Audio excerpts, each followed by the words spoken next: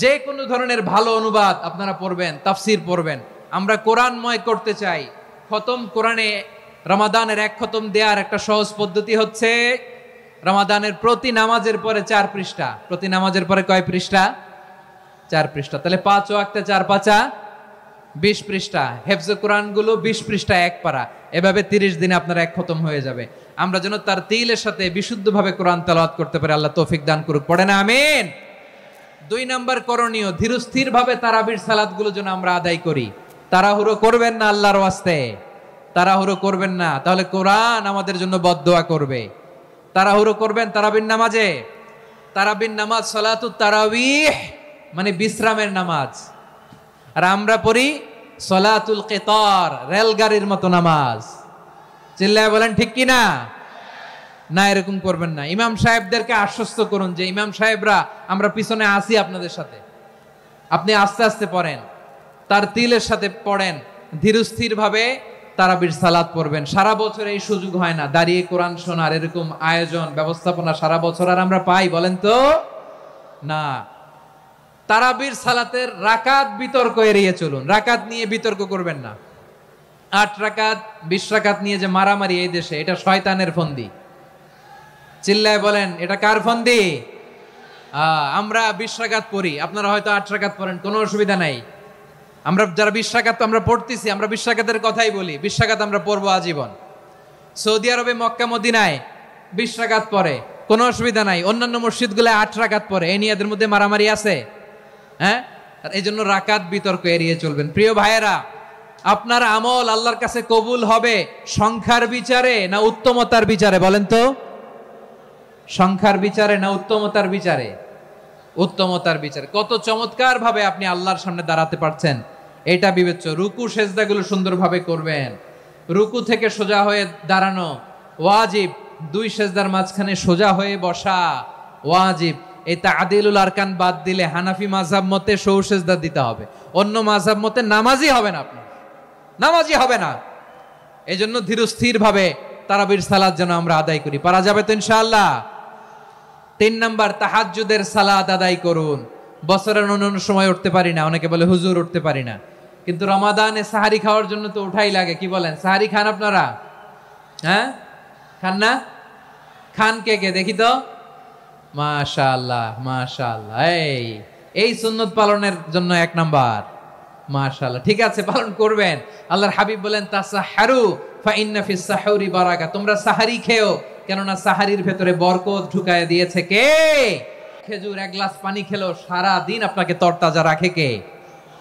তো সাহারির জন্য যেহেতু উঠতেই হয়, সাহারি খাওয়ার আগে বা পরে 2 রাকাত 4 রাকাত তাহাজ্জুদ পড়া যাবে না?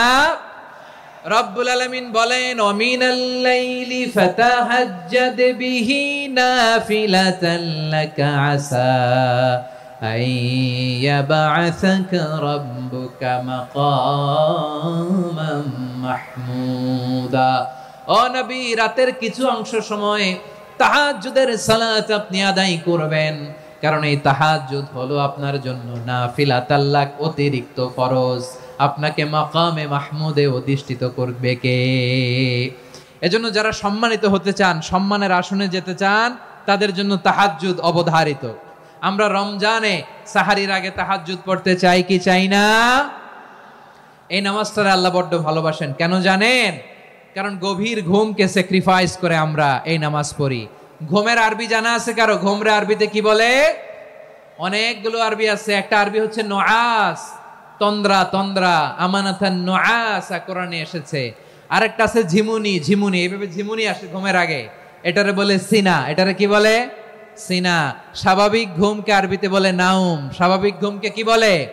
এই সিনা আর নাউমকে আল্লাহ এক আয়াতে এনেছেন, লা তাখুযুহু সিনাতু ওয়ালা নাউম। আল্লাহর তন্দ্রা নাই, ঘুম নাই। ঘুমের আগে যে তন্দ্রা আছে ওইটাও নাই। তাহলে নুআস, সিনা, নাউম পেলাম।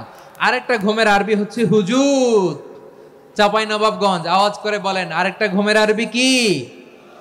হুজুদ। এটা মাঝরাতের ঘুম, শেষ রাতের ঘুম, যেই ঘুমটা বড্ড মজা লাগে। কাঁথা টেনে টেনে, ব্ল্যাঙ্কেট টেনে টেনে আরেকটু ঘুমাইতে মন চায়, আরেকটু, আর 1 মিনিট, আর 2 মিনিট, এরকম একটা মজার ঘুম শেষ রাতে আছে না নাই? এই শেষ রাতের ঘুম, এই হুজুদের ঘুমকে স্যাক্রিফাইস করে যেই সালাত পড়া হয়, ওই সালাতের আরবি নাম হচ্ছে সলাতুল হুজুদ বা সলাতুত তাহাজ্জুদ। চিল্লায় বলেন আল্লাহু আকবার। এজন্য আল্লাহ তাআলা তাহাজ্জুদের সালাতকে এত পছন্দ করেন। পড়বেন তো রমাদানে। 4 নম্বরে মুক্ত হস্তে দান করুন, মুক্ত হস্তে দান করুন। ওয়ামা আতাইতুম মিন যাকাতিন তুরিদুনা ওয়াজহাল্লাহি ফাউলাইকা হুমুল মুদঈফুন। তোমরা মনে করো না যাকাত দিলে তোমাদের সম্পদ কমে যায়, এটা ভেবো না, বরং তোমরা আল্লাহর খুশির জন্য যে যাকাত দাও, তারপরে তোমার যে সম্পদ থাকে ওই সম্পদের মধ্যে প্রবৃদ্ধি দান করে কে? আপনি মনে করছেন দিলে কমে?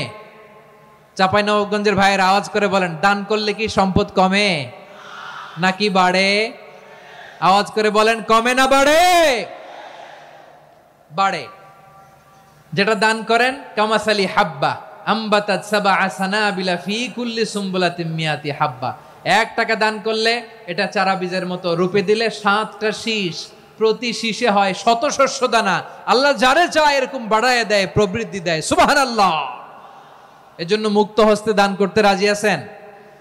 আগে আগে যাকাত ক্যালকুলেট করে রাখেন। আপনার যাকাত বর্ষ যদি পরেও হয়, দেরি করেও হয়, ধরেন যে প্রতি বছর মুহররমে দেন, আপনি আগে দিতে পারবেন। যাকাত অগ্রিম আদায় করা যায়। সুবহানাল্লাহ বলেন।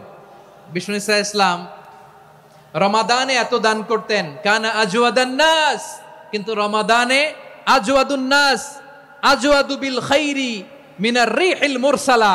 প্রবাহিত বাতাসের চেয়ে বিশ্বনবী আর অবদান্যতা বেড়ে যেত। প্রবাহিত বাতাস যেমনি সবাইরে বাতাস দেয়, আস্তিক নাস্তিক মুমিন কাফির সবাইকে শীতল করে দেয়, তেমনি নবীজির রমাদানের দান ছিল এমন, কেউ নবীর কাছে চেয়ে ফিরে গিয়েছে এর নজির নাই। জোরে বলেন সুবহানাল্লাহ। রমাদানে দান করব, ইফতার শেয়ার করব। কাউকে ইফতারি করালে সারাদিন রোজা রেখে তার যে সওয়াব, আপনি ইফতার করানোর কারণে আপনার আমলনামায় ওই সওয়াব আল্লাহ ঢুকায় দিবেন। পড়েন সুবহানাল্লাহ। সাহাবারা বললেন, নবী আমরা গরিব মানুষ, ইফতারি খাওয়ানোর পয়সা নাই। আল্লাহর হাবিব বললেন, ওয়ালাউ বিমাজকাতি লাবান, 1 ঢোক দুধ, ওয়ালাউ বিতামরা, 1টাও খেজুর, ওয়ালাউ বিশারবাতিমা, 1 ঢোক পানি খাইয়েও যদি কারো রোজা ভাঙাও, তারপরে ওই সওয়াব তোমার আমলনামায় দিবে কে? তাহলে মুক্ত হস্তে দান করুন, 4 নাম্বার। 5 নাম্বার হচ্ছে কদর তালাশ করুন। রমজানের সবচেয়ে দামি সময়। বিষ্ণু বলেন, মান হুরিমা খাইরাহা ফাকাদ হুরিম, যে কদর মিস করলো সে সব মিস করলো, হি ইজ দ্য লুজার। আচ্ছা বলেন, এই বরকতের মাসে আমরা কি লুজার হতে চাই না গেইনার হতে চাই? সবাই বলেনি, বলেন এই রমাদানে আমরা লুজার হব না গেইনার হব? ইন্না আনজালনাহু ফি লাইলাতিল কদরি ওয়া মা আদরাকা মা লাইলাতুল কদর লাইলাতুল কদরি খায়রুম মিন আলফি শাহর। পড়েন আল্লাহু আকবার। লাইলাতুল কদরি খায়রুম মিন আলফি শাহর, 1000 মাসের চেয়েও সেরা। 1000 মাসে হয় 83 বছর 4 মাস। 83 বছর 4 মাস টানা ইবাদত করলে যেই সওয়াব, কদরের রাতে ইবাদত করলে অতটুকু সওয়াব আপনি পাবেন, আল্লাহ সেটা বলে নাই। আল্লাহ বলে তার চাইতে বেশি সওয়াব দিয়ে আপনার আমলনামা ভরে দিবে কে? কদর যেন মিস না হয়। 21, 23, 25, 27, 29 নাকি খালি 27?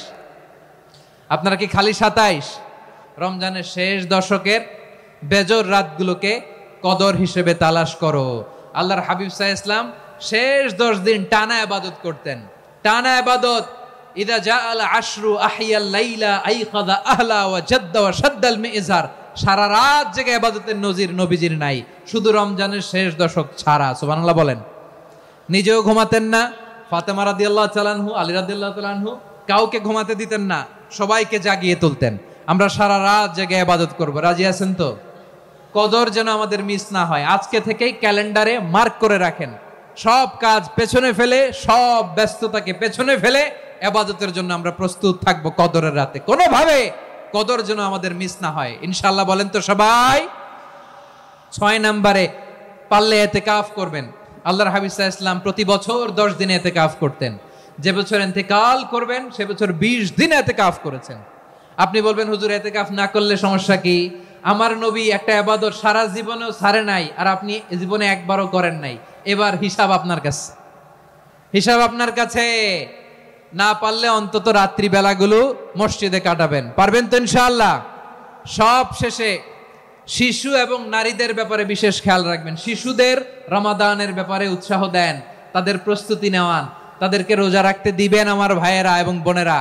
পর্দার আড়ালে মায়েদেরকে বলবো, চাপাই নবাবগঞ্জের মায়েরা, একদিন 2 দিন না খেয়ে থাকলে আপনার ছেলে মেয়ে মারা যাবে না, ঠিক কিনা বলেন? ওদেরকে উৎসাহিত করেন, ওদের ছোট্ট যারা রাখতে দেন, বলেন যে বাবা সকাল থেকে দুপুর পর্যন্ত না খেয়ে থাকলে তোমার অর্ধেক রোজা, এরকম 2 দিন অর্ধেক মিলে তোমার 1 রোজা। এরকম আমি কত রোজা রাখছি ছোটবেলায় কোনো হিসাবই নাই। আমার দাদি বলতো সকাল থেকে না খেয়ে দুপুর 12টা পর্যন্ত রাখলে নাকি অর্ধেক হয়, এরপরের দিন অর্ধেক, 2 অর্ধেক মিলে 1 রোজা। এটা তো আসলে রোজা হয় না, কিন্তু তাকে উৎসাহ দেয়া। ইফতার প্রোগ্রামগুলোতে নিবেন আমাদের বাচ্চাদেরকে, দেখবেন যে ওর ক্ষুধা লাগতেছে, খায় না, কারণ কেউ খায় না, একজন আজান দিচ্ছে, সবাই খেজুর নিয়ে ইফতার করতেছে। এই দৃশ্য, এই ট্র্যাডিশন, এই ইবাদত, এই তারবিয়া ওর আগামীর জীবনটাকে সুন্দর করবে। চিল্লায়া বলেন ঠিক কি না? এভাবে আগামীর প্রজন্মকে আমাদের গড়তে হবে।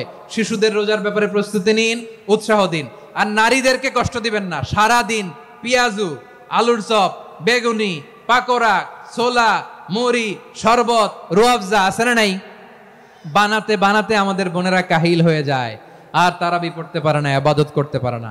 আমরা যেন আমাদের বোনদের প্রতি ইহসান করি, পারবেন তো সবাই? এই 7টি করণীয়, 7টি বর্জনীয়। 1 নাম্বার, বিলম্বে ইফতার করবেন না কখনো। 1 নাম্বার, দেরি করে ইফতার করা নিষিদ্ধ। ইহুদিরা দেরি করে ইফতার করে। লা ইয়াজালুন নাসু আলা খাইরিন মা আজ্জালুল ফিতরা। বিশ্বনবী বলেছেন, এই উম্মত যতদিন আগে আগে ইফতার করবে, এই উম্মতের কপাল থেকে কল্যাণ কেউ ছিনিয়ে নিতে পারবে না। চিল্লায় বলেন ঠিক কি না?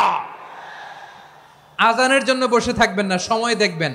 স্থানীয় সময় যখন সূর্যাস্ত হওয়া মাত্রই বিসমিল্লাহ, খেজুর খেয়ে ফেলবো, পারবেন তো নাকি দেরি করবেন?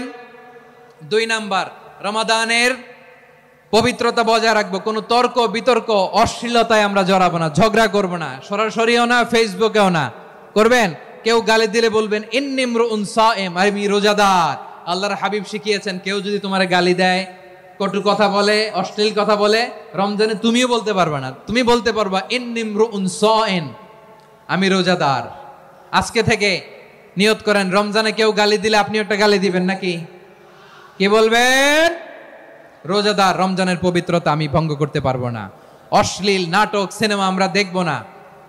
ব্যাড হ্যাবিট থাকলে রমাদানে এটা ছাড়ার মহা সুযোগ। স্মোকিং এর অভ্যাস আছে অনেকের, ঠিক কিনা? চাপাই নবাবগঞ্জে আপনারা স্মোকিং করেন? হ্যাঁ, না না আমরা করি না। বলেন করি না? করবেন না কেউ? যদি কারো থাকে, কে করে হাত তোলালাম না আমি। এই রমাদানে এই স্মোকিং হ্যাবিট থেকে আমরা বেরিয়ে আসবো, ঠিক কিনা বলেন? 3 নাম্বার, আমরা মিথ্যা বলবো না।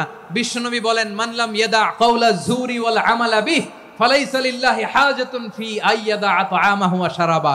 যে রমজানে মিথ্যা কথা, মিথ্যা কাজ, মিথ্যা সাক্ষী ছাড়তে পারে নাই, তার না খেয়ে থাকা, উপবাস থাকা দিয়ে আল্লাহর কিছু যায় আসে না। এজন্য মিথ্যার সাথে আমাদের কোনো সম্পর্ক আছে? মিথ্যা বলবো না। 4 নাম্বার, অপচয় করব না। ইন্নাল মুবাযযিরিনা কানু ইখওয়ানাশ শায়াতিন ওয়া কানা শাইতানু লিরাব্বিহি কাফুরা। অপচয়কারী শয়তানের ভাই। আচ্ছা, যে শয়তানের ভাই ও নিজেও আরেকটা কি? শয়তান। যে শয়তানের ভাই ও নিজেও আরেকটা কি? অপচয় করব না। ইফতারি করতে যে আমরা অনেকে অপচয় করি, এগুলো করবেন আপনারা না। অপচয় অপব্যয় করব না। 5 নম্বরে, রিয়া, লোক দেখানো ইবাদত আমরা করব না। লোক দেখানোর জন্য নামাজ, রোজা, জিকির, তেলাওয়াত, দান সদকা এগুলো করলে আল্লাহর দরবারে এগুলো কবুল হবে। বিশ্বনবী বলেন, দাজ্জালের ফিতনার চেয়ে একটা বড় ফিতনার ভয় আমি করি, সেটা কি? আর রিয়া, শো অফ মেন্টালিটি, লোক দেখানো মানসিকতা। এটা থেকে আমরা বিরত থাকবো ইনশাআল্লাহ। 6 নাম্বার, অনেক গুরুত্বপূর্ণ। ব্যবসায়ী ভাইয়েরা, ব্যবসা করেন কারা কারা? হাত তুলে দেখান তো আমারে। মাশাআল্লাহ, হাত নামান। ব্যবসায়ী ভাইয়েরা, অনেক অসাধু ব্যবসায়ী আছে, রমজান আসলে নিত্য প্রয়োজনীয় পণ্যের মূল্য বৃদ্ধি করে দেয়। এরকম আছে না নাই? এগুলো করবেন না। মজুদদারি করবেন না। পণ্যের কৃত্রিম সংকট বাজারে করবেন না। আপনি লাখ টাকা কামায়া ভাবছেন যে রোজাদারদের কষ্ট দিয়ে ধনী হবেন, এমন রোগ আল্লাহ আপনারে দিবে, কোটি টাকা দিয়েও আপনি হাসপাতালের বিল পরিশোধ করার ক্ষমতা আপনার হবে না। খবরদার, শেষ বয়সে দেখবেন কি কষ্ট আপনার হয়। আপনি রোজাদারদের কষ্ট দিচ্ছেন, আল্লাহ আপনার সুখে রাখবে? আল্লাহর দোহাই লাগে আমার ব্যবসায়ী ভাইয়েরা এটা করবেন না। আরব বিশ্বে আমরা দেখেছি, আরব বিশ্বের ব্যবসায়ীরা সারা বছরে ব্যবসা করে, রমজানে ভর্তুকি দেয়। আর আমার দেশের কিছু অসাধু ব্যবসায়ী রমজানে গলাকাটা ব্যবসা করে আর সারা বছর সইটার উপর দিয়ে চলে। চিল্লায় বলেন ঠিক কিনা? করবেন না, এটা করবেন না। নিত্য প্রয়োজনীয় পণ্যের মূল্য বৃদ্ধি করা হারাম, পণ্যের কৃত্রিম সংকট তৈরি করা হারাম, মজুতদারি করা হারাম, রোজাদারদেরকে কষ্ট দেয়া হারাম, এটা করবেন না। 7 নম্বরে সর্বশেষ কথা, অধীনস্থ যারা আছে তাদের কাজের চাপ আপনারা কমিয়ে দিবেন। কাজের লোক, ফ্যাক্টরির ওয়ার্কার, স্টাফ, তাদের প্রতি যদি রহম করেন, আপনার উপর রহম করবে কে? এই পবিত্র রমাদানের 7টা করণীয়, 7টা বর্জনীয় মনে রাখা যাবে তো ইনশাআল্লাহ?